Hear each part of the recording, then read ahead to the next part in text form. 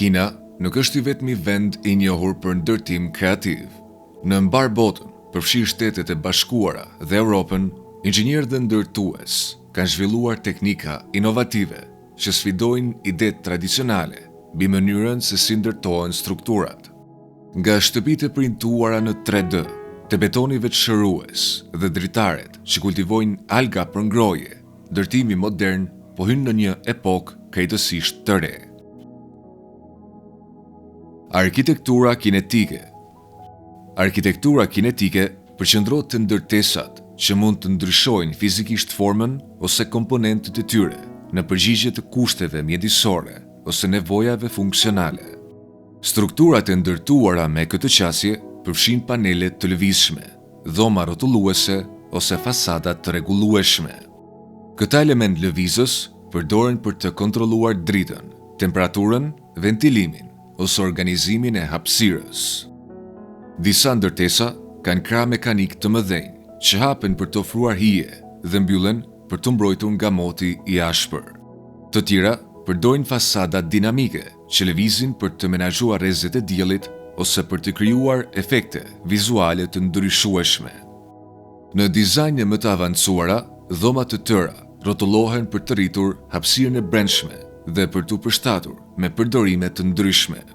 Edhe pse ende në zhvillim, arkitektura kinetike përfaqëson një kalim drejt ndërtesave që ndërveprojnë aktivisht me mjedisin përreth, në vend që të mbeten statike. Me përparimin e materialeve dhe sistemeve të automatizimit, kjo qasje pritet të përhapet gjithnjë e më shumë. Ndërtimi me tokë të ngjeshur. Ndërtimi me tokë të ngjeshur është nga teknikat më të vjetra të ndërtimit, që daton që nga periudha neolitike, dhe megjithatë mbetet shumë efektive edhe sot. Procesi fillon me ndërtimin e një kallëpi të fortë në formën e murit ose strukturës së dëshiruar. Toka hidhet në kallëp në shtresa të holla dhe ngjeshet, qoftë me dorë apo me pajisje mekanike. Ky proces largon ajrin midis grimcave të tokës, duke rritur dendësinë dhe forcën. Çdo shtresë ngjeshet veçmas për të siguruar stabilitet maksimal. Pasi kallëpi mbushet plotësisht dhe muri përfundon, ai hiqet, duke zbuluar një strukturë të fortë prej dheu. Këto ndërtesa janë jashtëzakonisht të qëndrueshme dhe mund të zgjasin për dekada me mirëmbajtje minimale. Toka e ngjeshur ofron gjithashtu izolim termik shumë të mirë, duke mbajtur ambientet e ngrohta në dimër dhe të freskëta në verë. Arkitektët kanë avancuar këtë teknik duke përdorur toka me ngjyra të ndryshme, duke krijuar modele vizualisht mbreslëndse brenda mureve. Vendosja e urave me shtyrje. Vendosja e urave me shtyrje është një metodë e avancuar ndërtimi që lejon montimin e urave larg pozicionit të tyre përfundimtar dhe më pas zhvendosjen e tyre në vend. Segmentet e urës prodhohen fillimisht në fabrik, në kushte të kontrolluara për të garantuar saktësi maksimale. Pasi transportohen në kantier, ato montohen në tokë të fortë dhe jo drejt për drejt mbi hapësirën që ura do të mbulojë. Në pjesën e përparme të urës instalohet një strukturë e përkohshme çeliku, e njohur si hunda e shtyrjes, e cila ndihmon në stabilizimin gjatë lëvizjes. Makineri të rënda dhe sisteme hidraulike ngrejnë të gjithë strukturën dhe vendosin mbi mbajtëse speciale me fërkim të ulët. Këto mbajtëse lejojnë që urat të rrëshas gradualisht përpara, pa u përkulur apo dëmtuar. Për ura më të vogla, ky proces mund të kryhet me një lëvizje të vetme, ndërsa për ura më të mëdha realizohet në faza, duke shtuar segmente nga pas. Edhe pse kërkon koordinim dhe saktësi ekstreme, kjo metodë ul ndjeshëm kohën e ndërtimit, krahasuar me metodat tradicionale.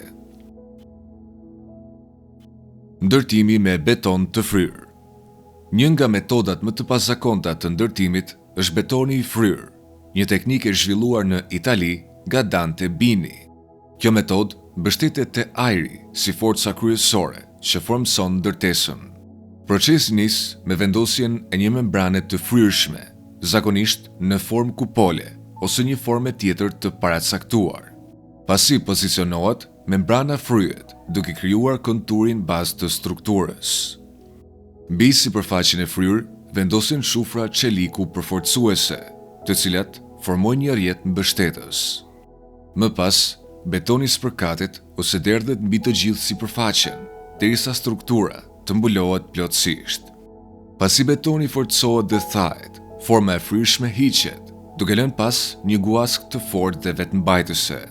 Kjo teknik lejon ndërtim të shpejt me pak fuqi punëtore dhe përdoret gjerësisht për strehime emergjente, banesa të përkohshme dhe struktura me vendosje të shpejtë. Format e fryrshme mund të ripërdoren shumë herë, duke bërë procesin efikas dhe ekonomik. Kallëpet të thura 3D. Kallëpet e thura 3D janë një metodë moderne ndërtimi, e zhvilluar në ETH Zürich në Zvicër, e krijuar për të thjeshtuar ndërtimin e formave komplekse prej betoni. Procesi nis me një makinë industriale thurje që prodhon një tekstil me 2 shtresa, të përshtatur saktësisht sipas dimensioneve të strukturës së planifikuar. Ky material fleksibël shtrihet dhe formsohet me ndihmën e litarëve dhe një kornizë mbështetëse, duke krijuar kallëpin.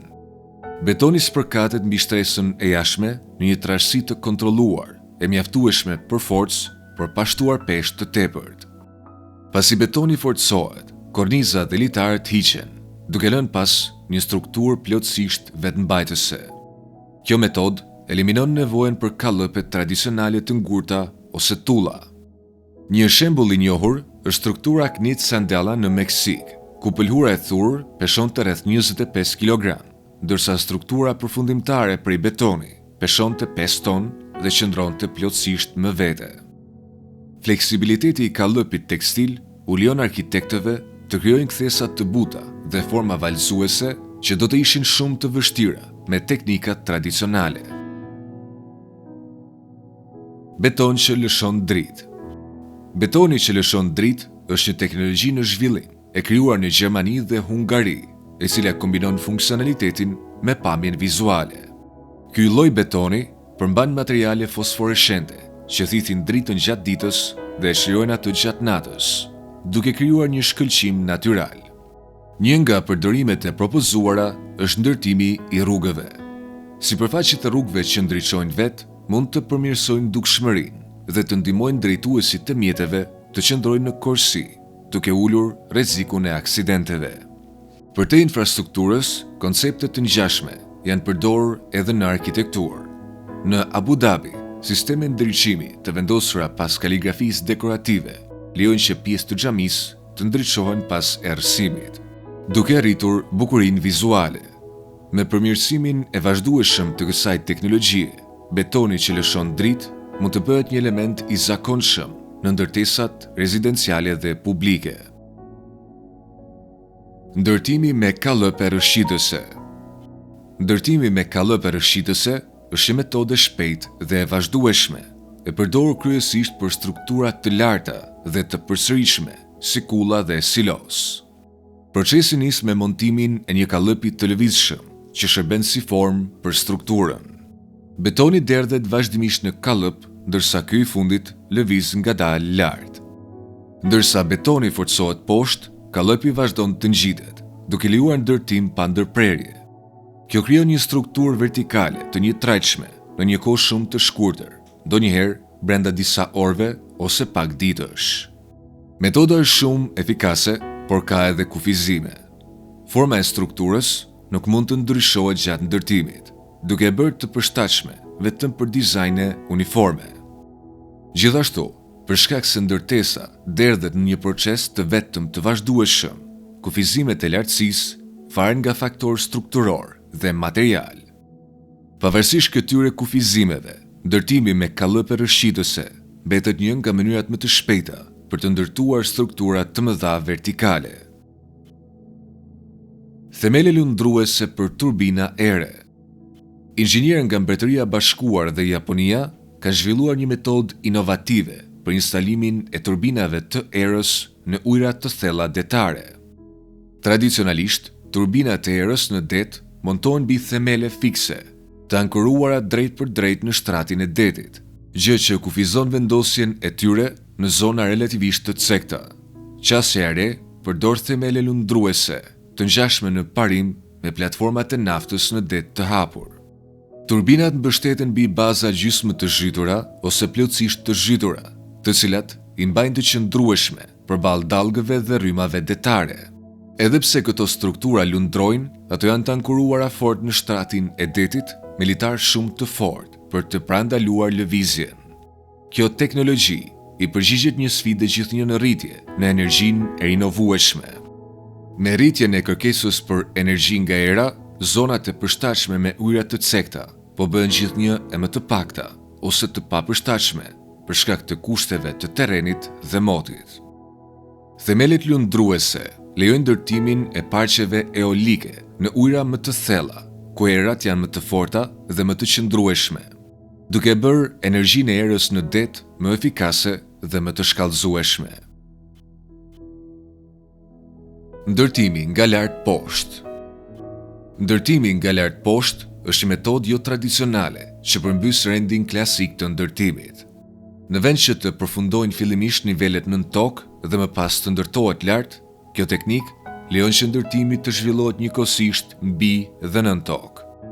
Procesi nis me ndërtimin e strukturës mbi tokë, ndërkohë që puna e gërmimit vazhdon paralelisht poshtë saj. Nivelet e bodrumit krijohen një nga një, ndërsa ndërtesa ngrihet lart. Mbështetja strukturore sigurohet përmes një procesi të kujdesshëm, gërmimi me faza. Çdo pllak bodrumi e përfunduar shërben si mbështetje anësore për muret mbajtëse dhe përballon një pjesë të ngarkesës së ndërtesës. Me gërmimin e niveleve më të thella, ngarkesa transferohet gradualisht poshtë. Kjo metodë është veçanërisht e përdorur në zona urbane të dendura, pasi u ndjeshëm kohën e ndërtimit dhe kufizon lëvizjen e dheut, duke bërë më të lehtë menaxhimin e projekteve në qendrat e mbipopulluara të qyteteve.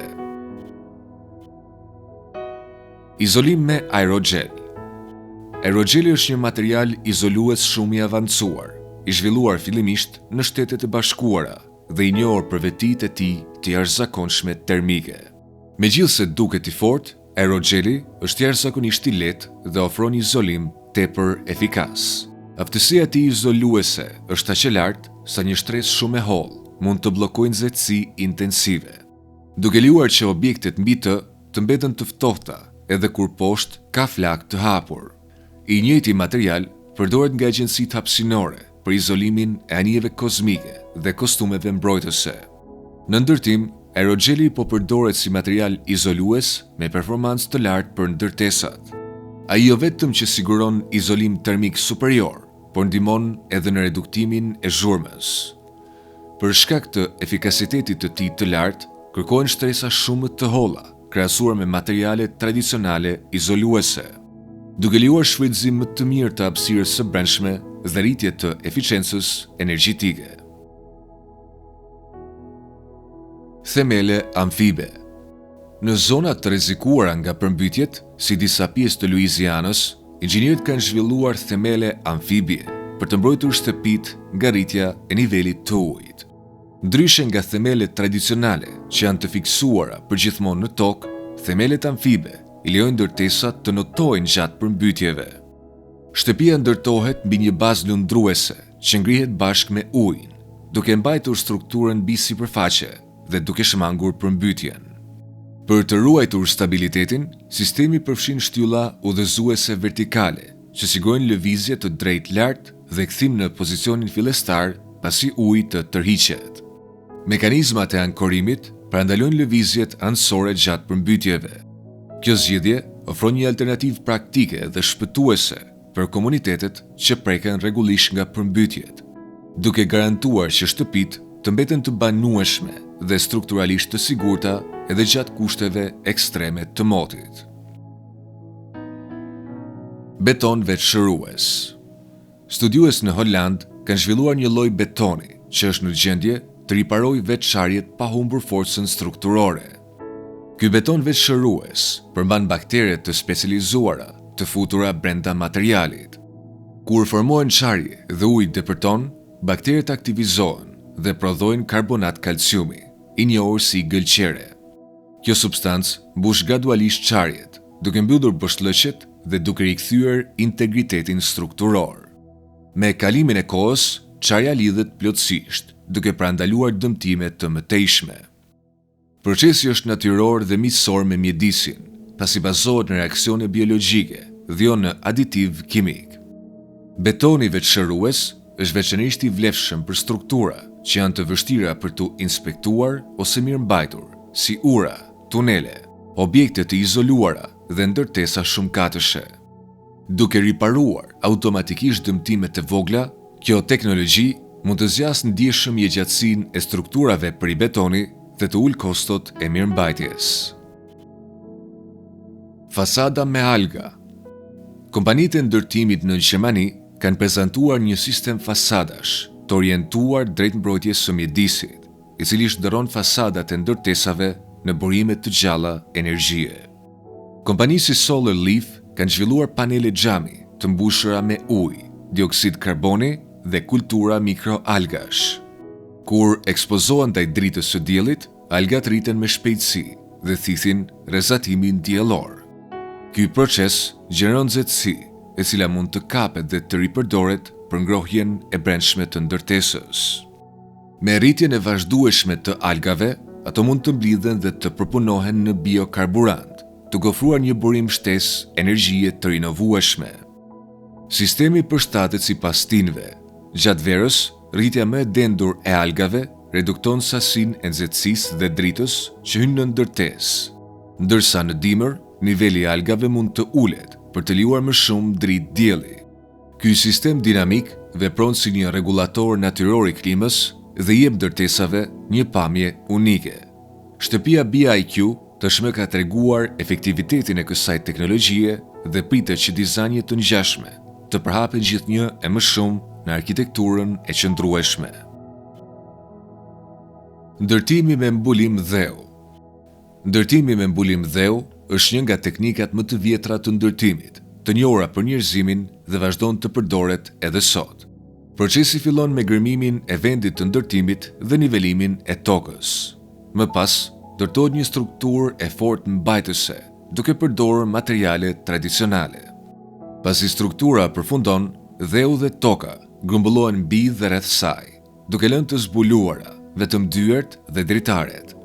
Ky mbulim natyror siguron izolim të jashtëzakonshëm.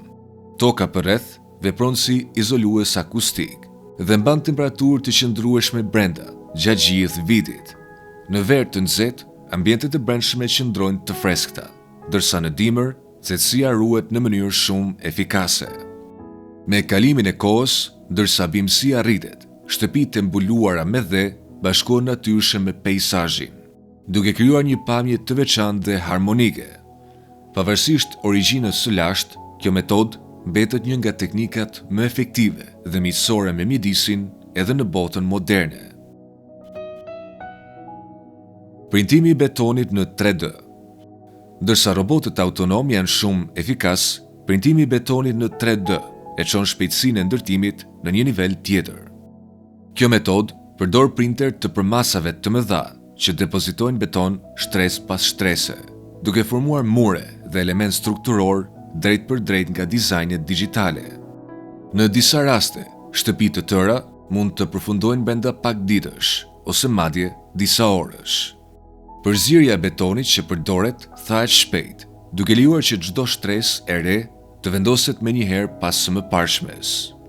Printeri ndjek udhëzime të programuara paraprakisht, pa nevojën e kontrollit njerëzor gjatë procesit. Strukturat e ndërtuara me këtë metodë janë shumë të sakta, me shtresa uniforme dhe humbje minimale materiali. Përveç shpejtësisë, ndërtesat e printuara në 3D janë gjithashtu të qëndrueshme dhe të forta, duke bërë këtë teknikë gjithnjë më të popularizuar në projektet moderne të banimit. Makineri ndërtimi autonome. Ndërtimi modern nuk mbështetet më plotësisht në fuqinë punëtore njerëzore. Kompanitë në mbar botën kanë zhvilluar makineri autonome të afta të kryejnë punë ndërtimi në mënyrë të pavarur. Këta robot janë projektuar për detyra specifike. Disa specializohen në vendosjen e tullave, të tjerë në derdhjen dhe nivelimin e betonit, ndërsa sistemet të veçanta merren me instalimin e dritareve. Ekzistojnë gjithashtu mjete ndërtimi autonome që mund të ndërtojnë rrugë pa ndërhyrje njerëzore. Avantazhi kryesor i këtyre makinerive është efikasiteti. Ato mund të punojnë pa ndërprerje, me saktësi të qëndrueshme dhe të reduktojnë ndjeshëm mundësinë e gabimeve. Për kompanitë e ndërtimit, kjo përkthehet në përfundim më të shpejtë të projekteve, kosto më të ulta pune dhe saktësi më të lartë në çdo fazë të ndërtimit. Ndërtimi modular dhe i parapërgatitur. Ndërtimi modular i parapërgatitur lejon që ndërtesat të montohen në mënyrë të ngjashme me vendosjen e blloqeve ndërtuese. Kjo teknik e zhvilluar dhe përmirësuar në vende si Suedia, Mbretëria e Bashkuar dhe Danimarka. Përfshin prodhimin e komponenteve të ndërtesës në fabrika, përpara se të transportohen në kantier. Muret, dyshemet, çatit dhe dritaret prodhohen në kushte të kontrolluara dhe projektohen që të përshtaten me saktësi mes tyre. Pasi dërgohen në vendin e ndërtimit, këto module montohen shumë shpejt duke përdorur vinça dhe një numër minimal punëtorësh. Shtëpi të tëra mund të përfundojnë brenda disa orësh, ndërsa edhe ndërtesa shumë katëshe mund të ngrihen në vetëm pak ditë. Ndërtimi modular ul ndjeshëm mbetjet e materialeve, përmirëson kontrollin e cilësisë dhe shkurton ndjeshëm kohën e ndërtimit. Pavarësisht shpejtësisë së montimit, ndërtesat modulare janë po ashtu të qëndrueshme sa strukturat e ndërtuara në mënyrë tradicionale. Kjo metodë përfaqëson një hap të madh drejt praktikave më të shpejta, më të pastra dhe më efikase të ndërtimit. Kjo ishte gjithçka për sot. Abonohuni në këtë kanal duke klikuar butonin subscribe së bashku me butonin e zilës për të parë më shumë video të tilla. Faleminderit për shikimin dhe shihemi herën tjetër.